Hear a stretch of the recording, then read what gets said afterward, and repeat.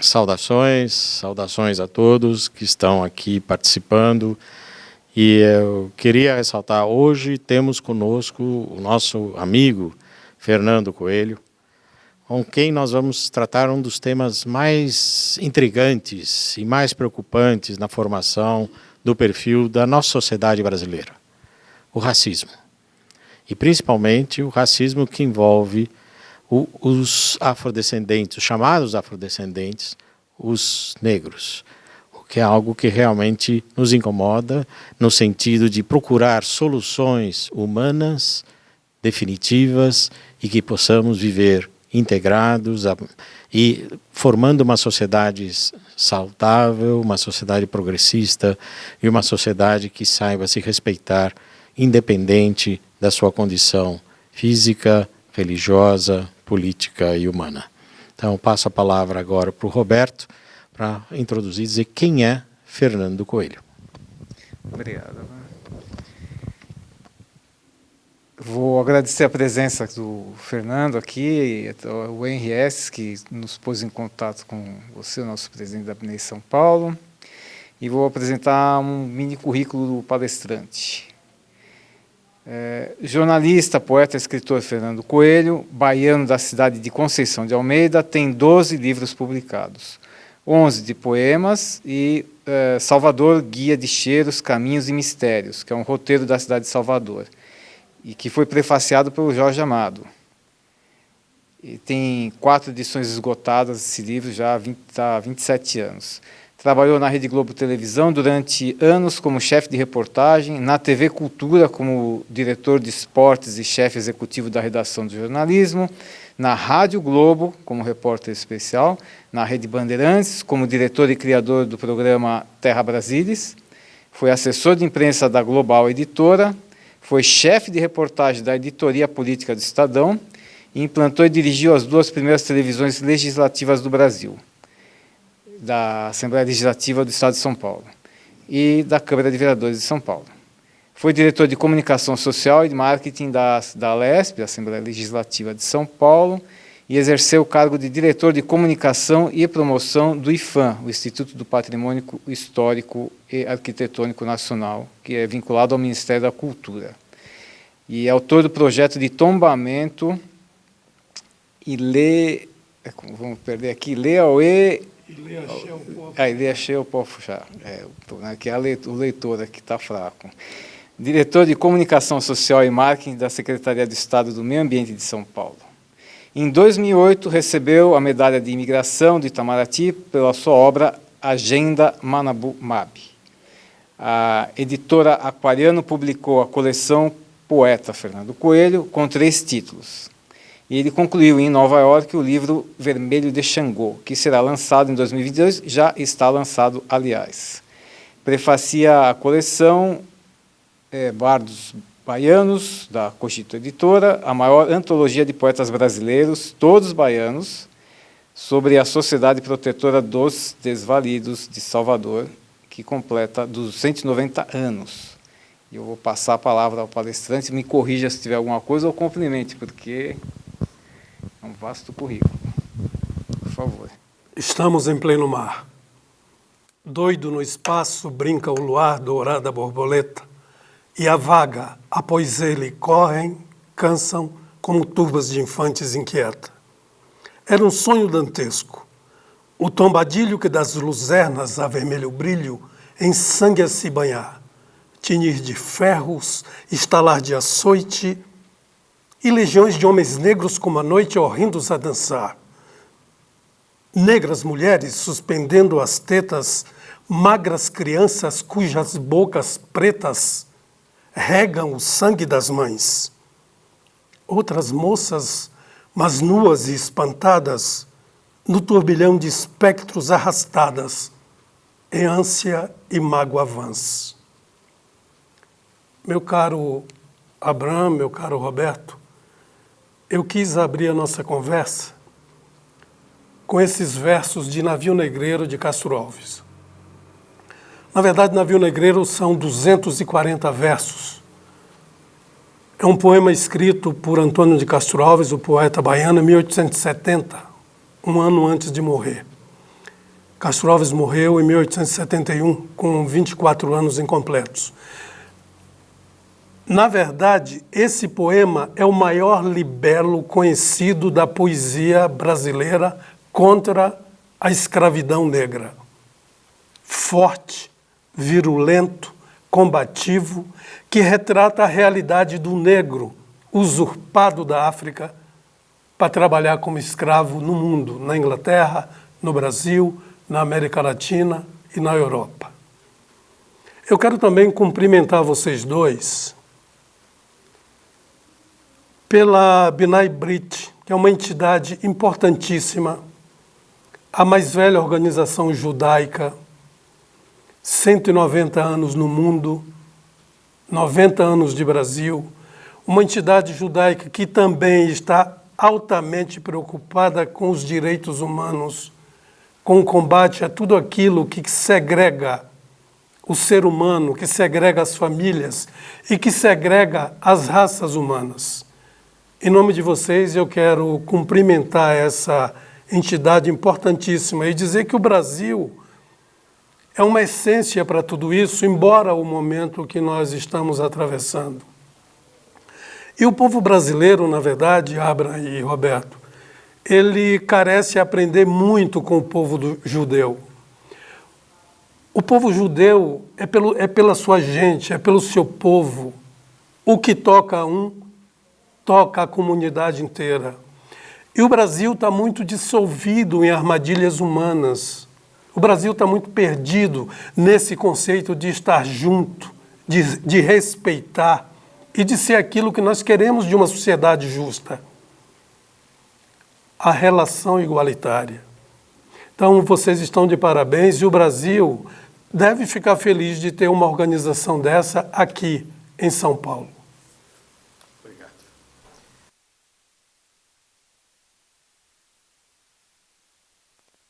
E, Fernando, agradeço suas palavras e você fez uma observação sobre essa questão de uma armadilha em que nós estamos no nosso país, né?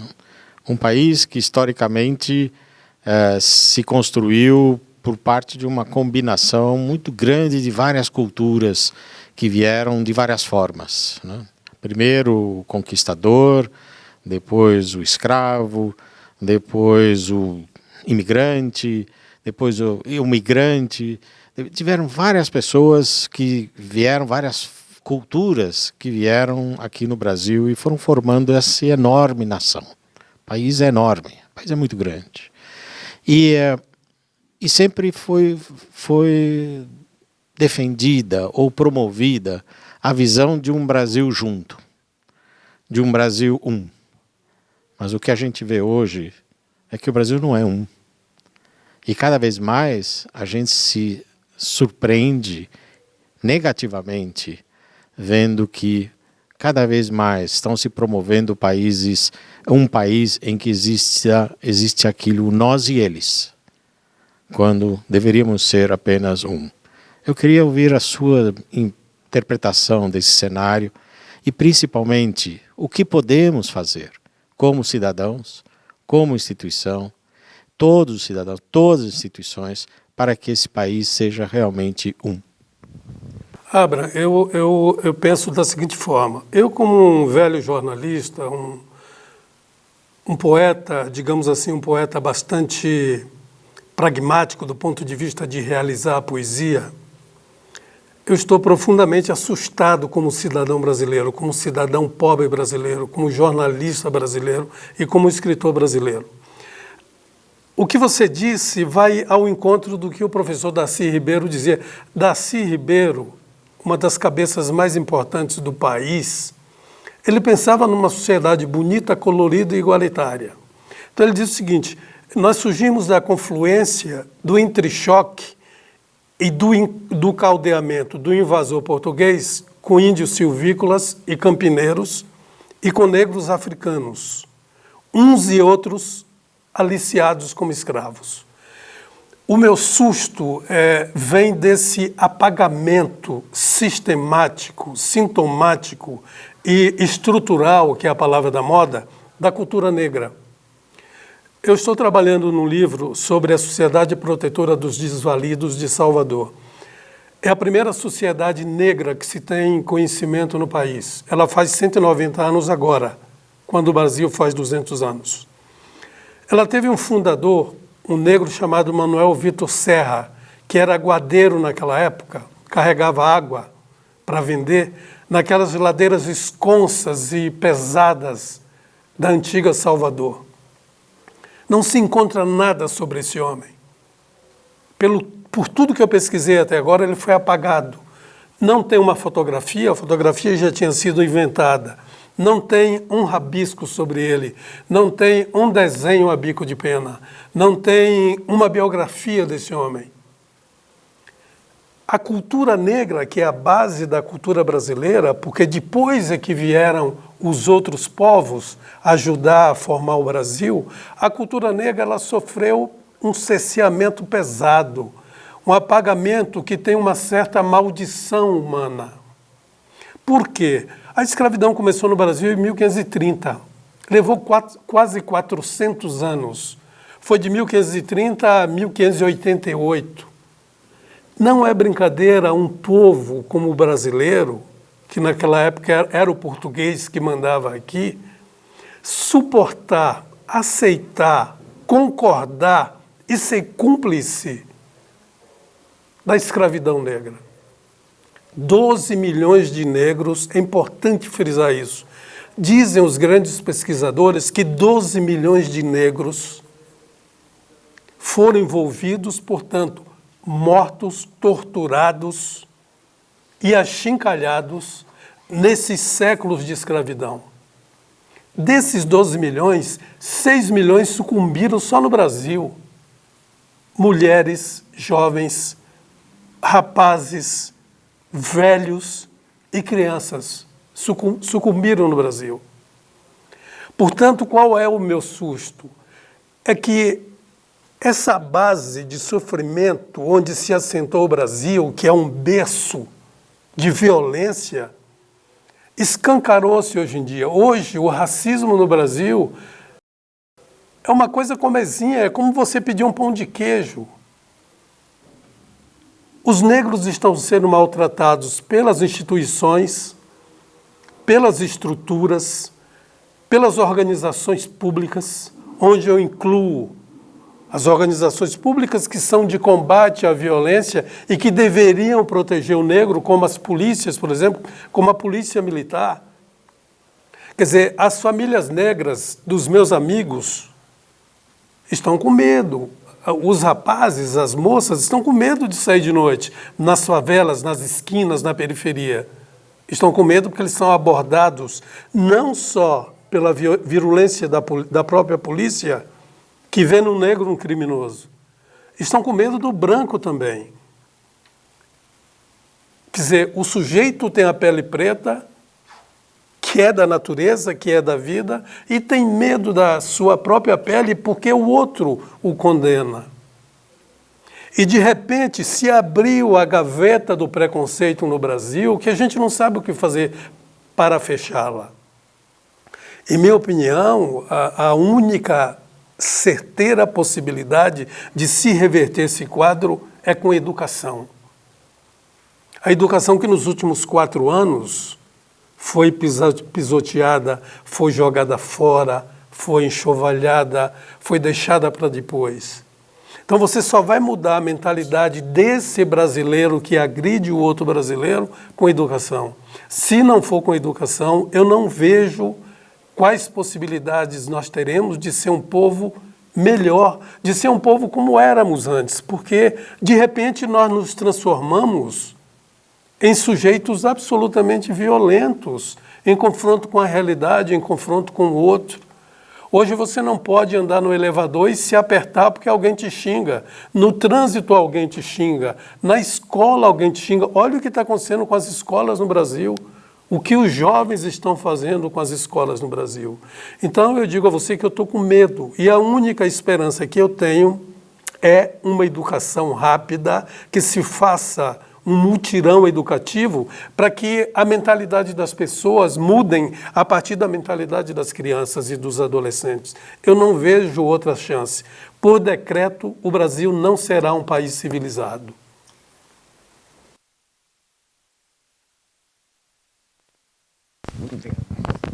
Fernando, você falou agora da questão da abordagem que os negros sofrem, esse preconceito até da parte da polícia, mas a polícia não é formada basicamente pelo mesmo estratos, os mesmos estratos sociais, principalmente das camadas de renda mais baixa, não são negros também que compõem os quadros da polícia?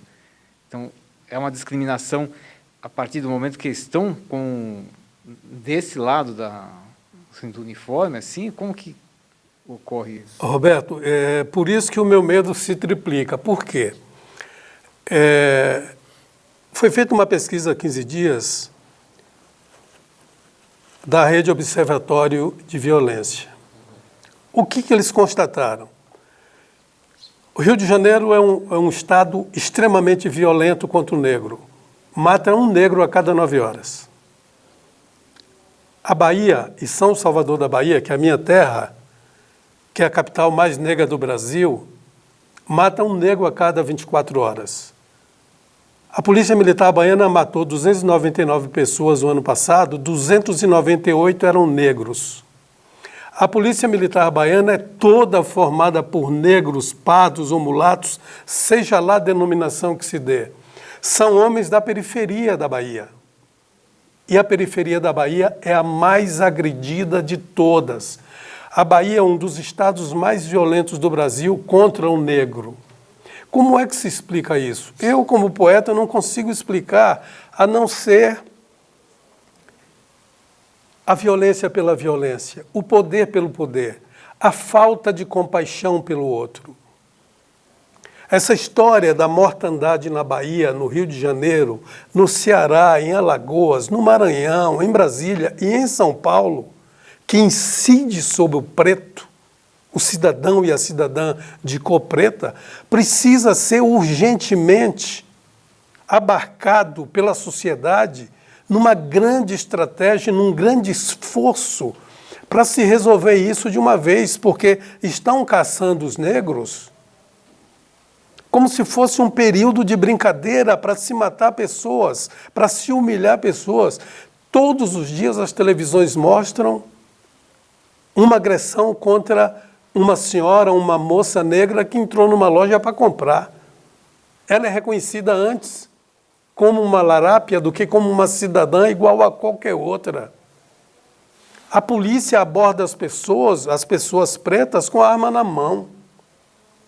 Esse apartheid brasileiro precisa acabar. Quer dizer, os massacres que acontecem no Brasil, da polícia contra os cidadãos, é uma das situações mais deploráveis do Brasil, da América Latina. Ora, o Brasil é um país de 220 milhões de habitantes. A maioria, segundo o IBGE, é negra. Tem uma coisa que eu anotei para dizer para vocês, que é o seguinte. Um cidadão chamado Joaquim Nabuco, que foi um dos grandes intelectuais brasileiros e um dos grandes pensadores contra a escravidão.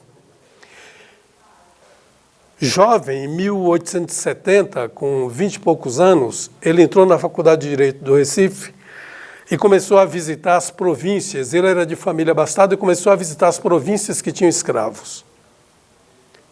Ele tem um livro chamado A Escravidão, que é a maior referência de como ele via o sofrimento dos negros nas senzalas. Porque isso é o Brasil de hoje. Isso de 1870, nós estamos vivendo em 2023. O que ele diz? Olha o que esse cara narra.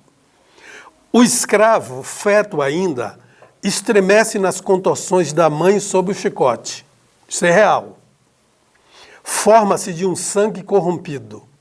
Quando se sente bater o pulso do feto viável, sente-se também os horríveis tratos da pobre negra nas costas. Nessa situação tão grave, tão séria, tão cheia de cuidados, ela não merece nem mais respeito, nem descanso, nem nada. São duas vidas que o feitor compromete. A mãe levanta-se para o serviço, trabalhar, sofre com os arrancos do seio por um lado e com o açoite nas costas por outro. Ela amamentava um filho de dias, levando porrada nas costas do feitor, porque o branco mandava. Isso é terrível. Essa é a sociedade brasileira. Chega a hora da amamentação. A mãe levanta-se para o trabalho, passados alguns dias. Leva a criança aos peitos, atada numa faixa. Enquanto esta criança bebe o leite, ela cava a terra e apanha. É açoitada a si mesmo.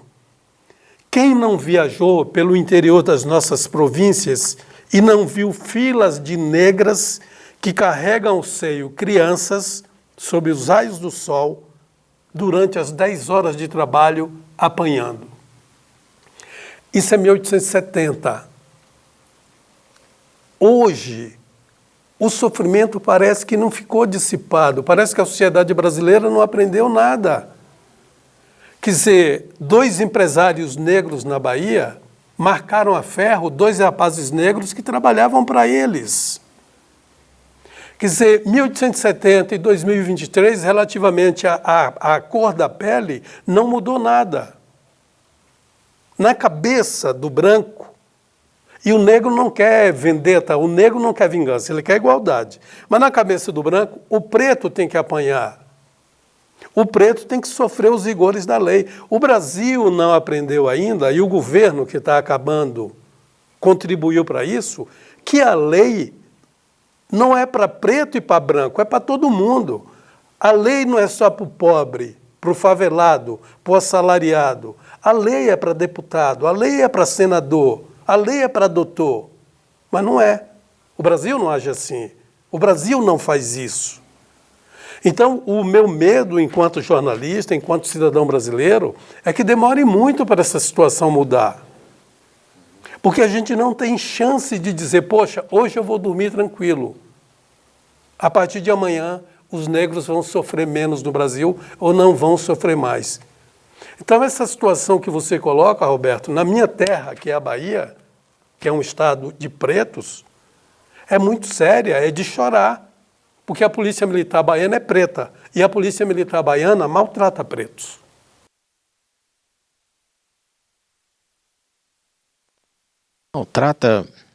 Maltrata pretos pela cor ou maltrata pretos pela questão da autoridade? Quer dizer, querer mostrar autoridade, querer mostrar força.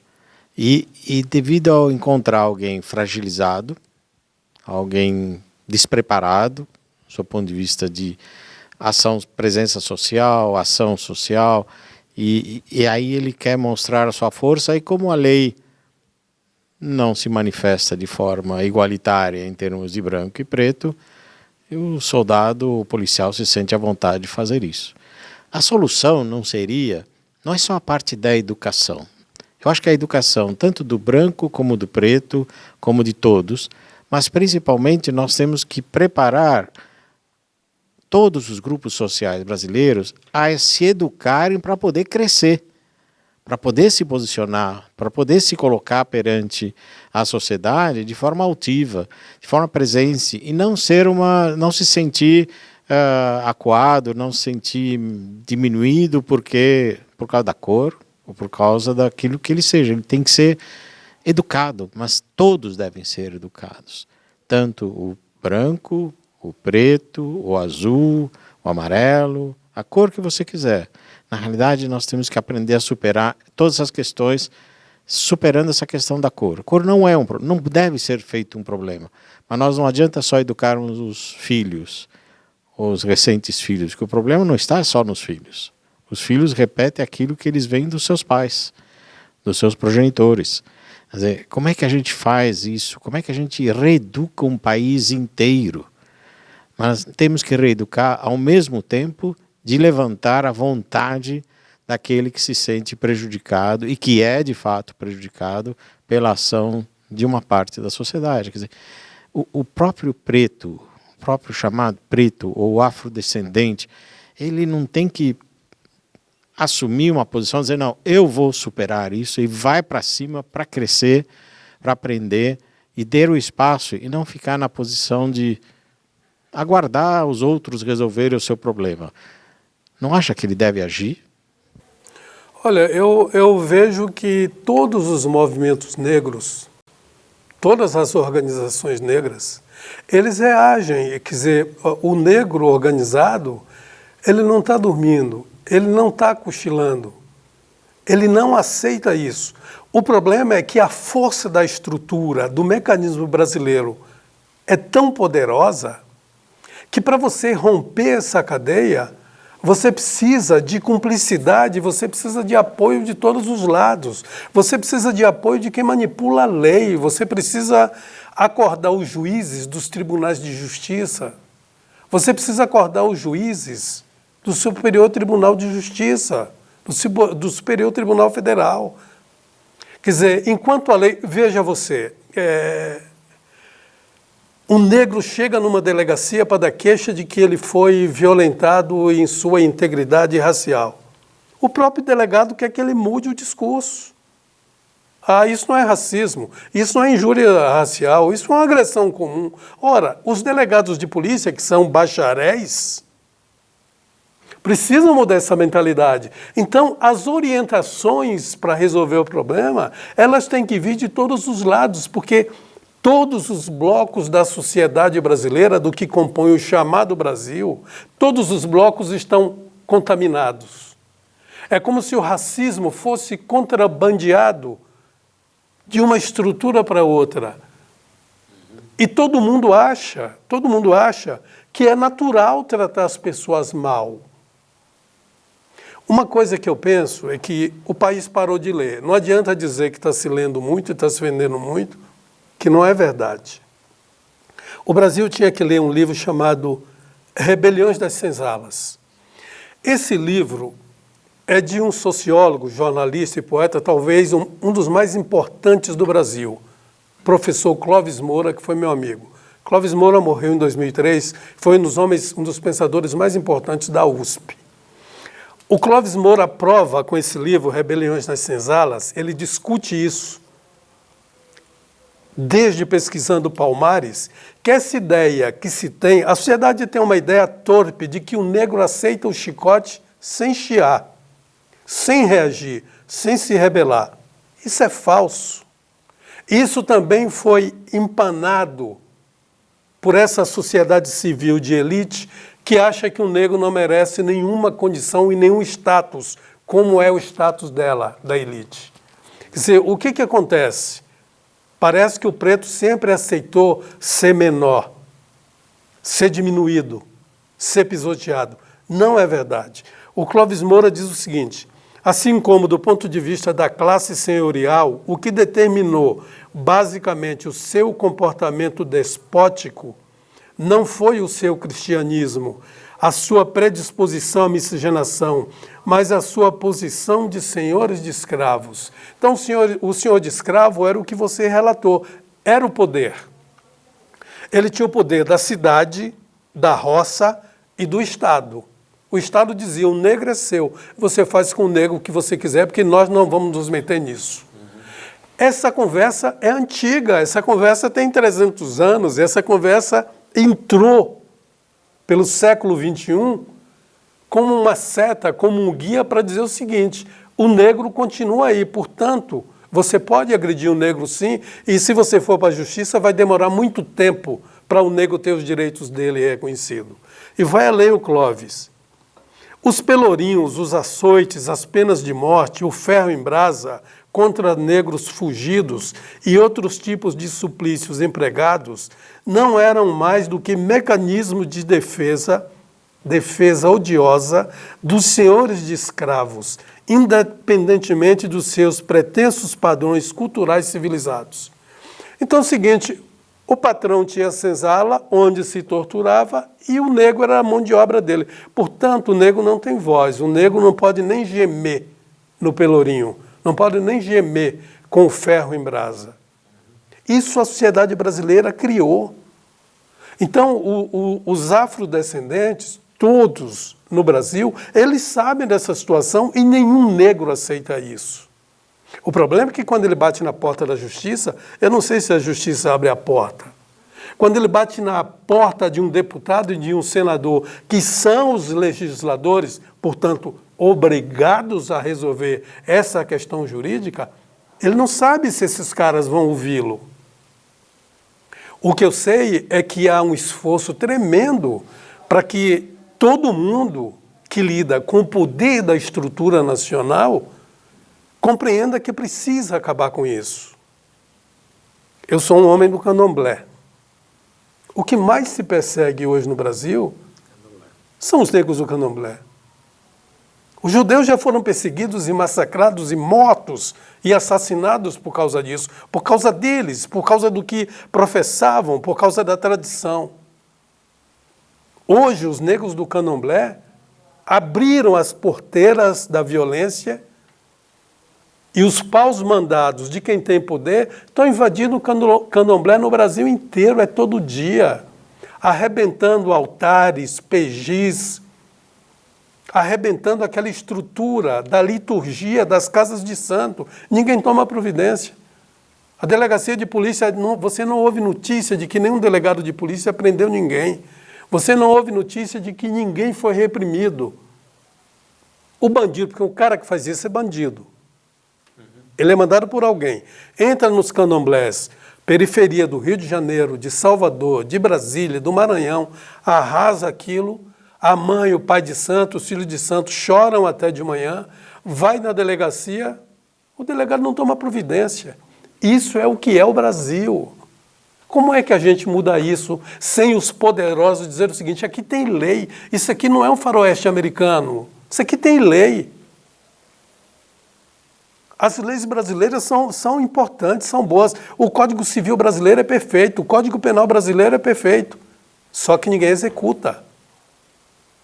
Não adianta você ter uma lei ambiental, que é um exemplo para o mundo, quando nós damos o exemplo de todo dia arriscar fósforo na Amazônia e no Pantanal. Nós não precisamos mais de leis, nós precisamos de homens com coragem que façam a lei ser cumprida. Ou então o Brasil vai ser arrasado pelo fogo. Está sendo arrasado pelo fogo. Ou esse governo novo reage, como parece que já há intenção de reagir, ou nós vamos virar carvão. A nossa dignidade vira carvão. A nossa moral com o racismo e com o machismo já virou carvão. A misoginia brasileira é terrível. O que dá direito a um homem esmurrar a sua mulher? Assassinar a sua mulher? A cada 7 minutos se mata uma mulher nesse país. Um macho mata uma mulher. Se isso não for poder, ignorância absoluta, o que será? Quem resolve isso? Justiça. Como chegar à justiça? Como convencer os delegados de polícia que o cara que bate na mulher é criminoso? A mulher é vítima. Tem muita delegacia que a mulher é vista como uma qualquer. E o cara que bateu para dar um corretivo na sua mulher. Gente, essa mentalidade brasileira é uma das mais estúpidas do planeta. Quando é que nós vamos mexer e mudar isso? Só com gente como vocês, com entidades como a sua, para dizer o seguinte, nós precisamos botar a boca no mundo. Porque nós estamos precisando ser um país civilizado, Abraham. Sim, nós sem dúvida precisamos. E nos preocupa ainda mais, Fernando, quando a gente vê as ações recentes nas escolas, onde manifestações de nazismo começam a se expor e ações bélicas começam a se expor. Quer dizer, matam crianças. Um jovem pega uma arma e mata outros jovens na escola por causa do que ele achar que tem que fazer. E ele se referencia à ideia da superioridade que o nazismo colocou e vem se espalhando pelo país todo. Então, a questão é muito complexa, está ficando muito complicado. O problema, o negro tem a sua historicidade, tivemos uma visão, tem uma história triste, sofrida, que temos que saber superar, mas temos que saber superar todos juntos. saber superar todo mundo trabalhando na questão, todo mundo agindo na questão. A justiça, a religião. A religião tem um papel muito importante, no sentido de fazer perceber que os seus membros devem conviver entre si dentro de uma igualdade e um respeito entre si e entre as outras religiões, e não simplesmente separar o nós e eles, né? E a gente vê outros movimentos também segregacionistas se desenvolvendo, crescendo no país nos últimos tempos. Não é novidade, eles não nasceram hoje, eles não surgiram no país hoje, isso vem surgindo, vem crescendo, né? Encontraram, o terreno começou a ficar mais interessante, mais fértil talvez. Mas superar isso é um trabalho de um país inteiro. Não é um trabalho só da justiça, não é um trabalho também, sem dúvida, mas é do país inteiro. É da justiça, do ser humano como um todo, e da economia, das oportunidades, da escolaridade e da religião. Eu penso, acho que até para encerrar nossa conversa, que você falou 3 coisas fundamentais. Primeira, nós sabemos quem somos nós. Agora, quem são eles? Quem nos dividiu dessa maneira, afiada? Tem uma banda da maçã que está inteira e tem a outra banda da maçã que é podre. Nós somos a banda podre, nós que estamos querendo igualdade absoluta e respeito absoluto. Outra coisa, eu acho que a questão da economia no Brasil, ela passa pela visão não só dos economistas, passa pela visão de quem tem dinheiro, dos empresários. É preciso olhar a sociedade brasileira não com essa barbaridade de que ela é absolutamente menor, que o pobre é menor, que essa vulnerabilidade não se resolve. Quando o Lula diz é preciso resolver a fome do pobre, os ricos tinham que ver isso como um recado de humanidade, como um recado de misericórdia. Não ter o que comer, eu moro na Praia Grande, tem gente que não tem o que comer lá. Na Bahia tem gente que não tem o que comer. No Rio de Janeiro não tem o que comer. Aqui em São Paulo, a capital do emprego, a capital da mão de obra, onde os paus de arara vinham buscar sobrevida, tem milhares de pessoas que não têm o que comer. Quer dizer, e tem milhares, alguns milhares de empresários que estão nadando em dinheiro. Para ir para o Catar assistir uma Copa que até agora não disse para que veio, aliás, que é um país virulento, violento e tudo mais, você gasta 60 mil reais. Você gasta 10 mil dólares, 15 mil dólares. Eu não estou dizendo que essas pessoas deviam deixar de ir para dar comida para o povo, mas que elas pensem que o país está com fome, que o país não anda, o país não sai do lugar. Essas mulheres, essas empregadas domésticas que tomam 3 ônibus de manhã do Largo 13, que eu sei onde é, para vir trabalhar aqui nos Jardins. São 2 ônibus de manhã, 2 ônibus de tarde. Ninguém pensa nisso. Então, eu acho que a questão econômica do Brasil passa por uma reflexão muito grande. Não é resolver o problema, desculpe eu falar disso, eu não sou economista, mas o que a gente vê no dia a dia é que não vale a pena o governo resolver o problema de quem está encastelado na Faria Lima, nem dos banqueiros. Isso está resolvido, porque os bancos tiveram os maiores lucros dos últimos 10 anos. O povo continua com fome. A cesta básica não dá para comprar. Enquanto não se resolver isso, não se resolve a misoginia e não se resolve o racismo. Porque os machões são poderosos, mesmo aqueles que são assalariados, ele é poderoso, porque ele pode bater. O racista é poderoso porque ele usa um cacetete, porque ele tem um posto numa empresa, porque ele tem um cargo. A vendedora da loja humilha a preta que vai comprar porque ela é branca e porque ela é a gerente. O caso desse menino do Rio de Janeiro que matou nessa escola, no Espírito Santo, desculpe.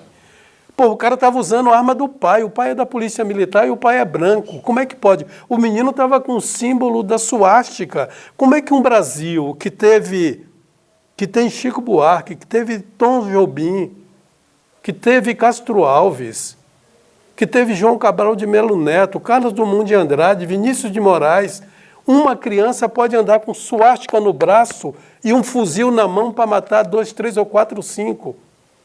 Quem pensa o Brasil tem que pensar nisso, ou nós não sairemos dessa sepultura moral. É o que eu penso. Então, tem uma pergunta do Henry Esses. Querido amigo, ele, aliás, agradece extremamente sua presença. Querido amigo Fernando Coelho, quero muito agradecer sua generosidade no Dia da Consciência Negra, que seria o nosso original, então nesse mês da consciência, e te cumprimentar pelo belíssimo livro Xangô, passando muito amor e esperança através desse livro. O sincretismo religioso, a fé, a cultura e a história dos povos, como expressão de liberdade e coexistência, é a grande conquista da humanidade e da civilização. E assim ele pergunta, por que o povo negro, como um dos povos mais antigos do mundo e com maior ancestralidade, sofre com racismo, ainda sofre com racismo, exclusão, hipocrisia e perseguição até hoje? Então, eu acho que nós três já respondemos a isso. Quer dizer, na história, no candomblé, a história do sincretismo, por exemplo, isso foi uma forma que a Igreja achou, a Igreja Católica achou, de detonar a tradição negra. Quer dizer, o meu orixá que veio da África, ele tem que ser trocado por um santo da Igreja. Eu, Fernando Coelho, pessoalmente, acho que isso é um crime. Foi cometido os jesuítas cometeram um crime contra a gente. A Santa Inquisição cometeu um crime contra o povo negro, como cometeu contra os judeus também. Então, o que eu sinto é que, como Abraham disse, as religiões precisam se juntar para resolver o problema da humanidade. A humanidade o que é? Eu sou o que eu quero, vocês são o que vocês querem, e nós vamos ser amigos e felizes e transformar o mundo. Pergunta, então, para o lado dos Estados Unidos. Por que persiste esse racismo e por que ele persiste em cantos como os Estados Unidos ou na Europa? A Europa talvez esteja até um pouco melhor, mas nos Estados Unidos persiste esse racismo de base. E qual a diferença do racismo de lá, para o racismo que existe no Brasil? Por que persiste lá? No mundo inteiro ainda persiste. Esses países todos que você está falando, aliás, é uma coisa importante. Eu trouxe o nome de um livro que eu vou dizer rapidinho. Estados Unidos, Europa, Inglaterra, Brasil, Cuba, Chile, esses países todos foram escravocratas, colonizadores, despóticos. O poder de combate ao racismo nos Estados Unidos tem o mesmo poder de combate que o Brasil tem, porque o poder estrutural lá do racismo é muito forte. Tem regiões nos Estados Unidos que preto ainda não pode falar. Vocês sabem disso. Tem um cara, Marcus Rediker, ele é da Universidade de Pittsburgh. Ele escreveu um livro monumental chamado Um Navio Negreiro. Esse livro relata todo o transporte transatlântico dos negros durante a escravidão. Quem lê esse livro, quando eu digo que queria que um branco lesse, parece que eu estou sendo racista, ao contrário, eu não estou. É porque os negros sentiram na pele. Então o branco tem que sentir, pelo menos nos olhos. Tem que ler esse livro para compreender que tipo de sofrimento era esse. Porque a Inglaterra capitaneava o transporte marítimo transatlântico da exportação de negros para o mundo. Pô, a Inglaterra que deu os Beatles, que deu John Lennon. A Inglaterra fez isso. A Europa fez isso e aceitou. Os Estados Unidos aceitaram. Tem fortunas ainda de herança nos Estados Unidos que foi feita no lombo dos negros apanhando, dos negros e das negras. Como tem fortunas brasileiras que foram adquiridas sob a dor, o sofrimento e o sangue dos negros. Isso a gente não conseguiu acabar. É preciso que a sociedade discuta isso. Mas o que a sociedade americana não faz isso, mas a brasileira apaga. A sociedade brasileira não quer discutir isso. Como eu estou dizendo a vocês, eu estou escrevendo sobre uma entidade de 190 anos que o Brasil nunca ouviu falar. Nunca ouviu falar. Só está no Pelourinho e meia dúzia de negros do Pelourinho sabe que a Sociedade Protetora dos Desvalidos existe ali. Mas o Brasil nunca ouviu falar. O Brasil não sabe, porque é negra. Como é que você vai botar uma sociedade dessa? Era uma sociedade que ajudava os negros. Era uma organização que arrecadava dinheiro para comprar carta de alforria. Isso é importantíssimo para uma sociedade como era aquela sociedade da época, reprimida, e para o povo negro. Só que ninguém ouve falar. Se você falar da sociedade protetora dos desvalidos, em qualquer lugar, ninguém sabe o que é. Por quê? Porque é negra, ela foi escondida, ninguém fala dela, e o criador dessa entidade, ninguém sabe quem foi. Tem foto de tudo que é jeito de escravocrata, de capitão do mato, de bandido, de usurpador, de príncipe que mandou bater, mandou torturar. De um negro desse não tem foto, não tem um desenho, bico de pena e não tem uma biografia. Apagaram isso. Como apagam a cultura negra todo dia. A cultura negra é a base da cultura brasileira.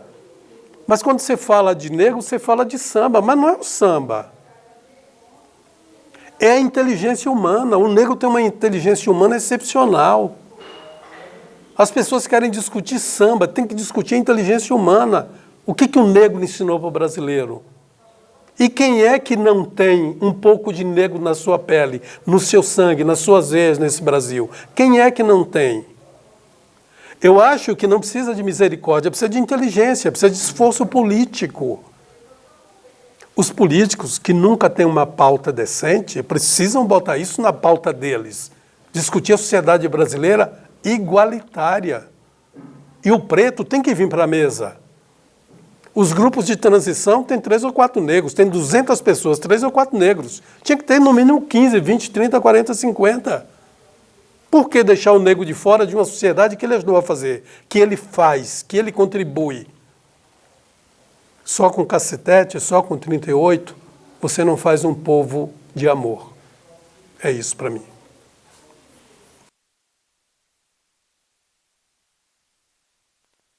Acho que essa sua última frase, suas colocações, fazer um povo de amor, é o desafio que todos nós temos. Independente da religião, independente da cor, independente da preferência política e da sua preferência social. Temos a responsabilidade de formar um povo de amor. Num certo momento na história brasileira, tínhamos a impressão que nós estávamos indo por esse caminho. Mas desviamos. E não foi hoje, faz algumas décadas que nós estamos nos desviando. O que é uma pena, que é uma pena. Vamos fazer um trabalho juntos, vamos nos esforçar continuamente no sentido de transformar o Brasil realmente como um povo de amor e uma referência para o mundo. Fernando, muito obrigado pelas suas palavras e passo a você as suas considerações finais. Eu só quero agradecer o espaço, porque eu sou muito pequeno diante da entidade que vocês dirigem. Tem autores mais importantes, tem jornalistas mais importantes do que eu, e vocês me abriram espaço para continuar lutando por aquilo que eu acredito. Igualdade humana, amor entre as pessoas, em uma nação civilizada. Portanto, agradeço a vocês dois, agradeço ao Henri Esses, que é um grande defensor da cultura negra, e qualquer dia desse ele deve receber também um título de baiano honorário, né? Porque ele gosta dos baianos. Então, muito obrigado a vocês. Obrigado a você. Agradecer novamente sua presença, eu sei que foi complicado tê-lo aqui pessoalmente, então isso, mais agradecimentos ainda. E dizer que a live vai estar disponível no YouTube um pouco mais tarde. E que quem queira participar da Bnei Brit deve participar conosco. Nós temos um telefone, um WhatsApp, é o 9718-51818, para quem quiser participar dessa luta pelos direitos humanos, contra o racismo. E também nós vamos ter agora no dia 11/12 uma palestra com o professor Dr. Modesto Carvalhosa, nosso grande jurista. Vai ser no domingo, às 18 horas. E também nós vamos falar que é um aspecto que nós temos aqui, que é o clube de leitura da Bnei Brit. A gente todo mês debate um livro, então podem demonstrar seu interesse, querendo participar. Nós temos um agora no final de novembro e depois só no final de janeiro. Então, esse telefone do WhatsApp que vai estar veiculado vai ser a porta de entrada para vocês. Muito obrigado novamente. Obrigado a vocês. A todos.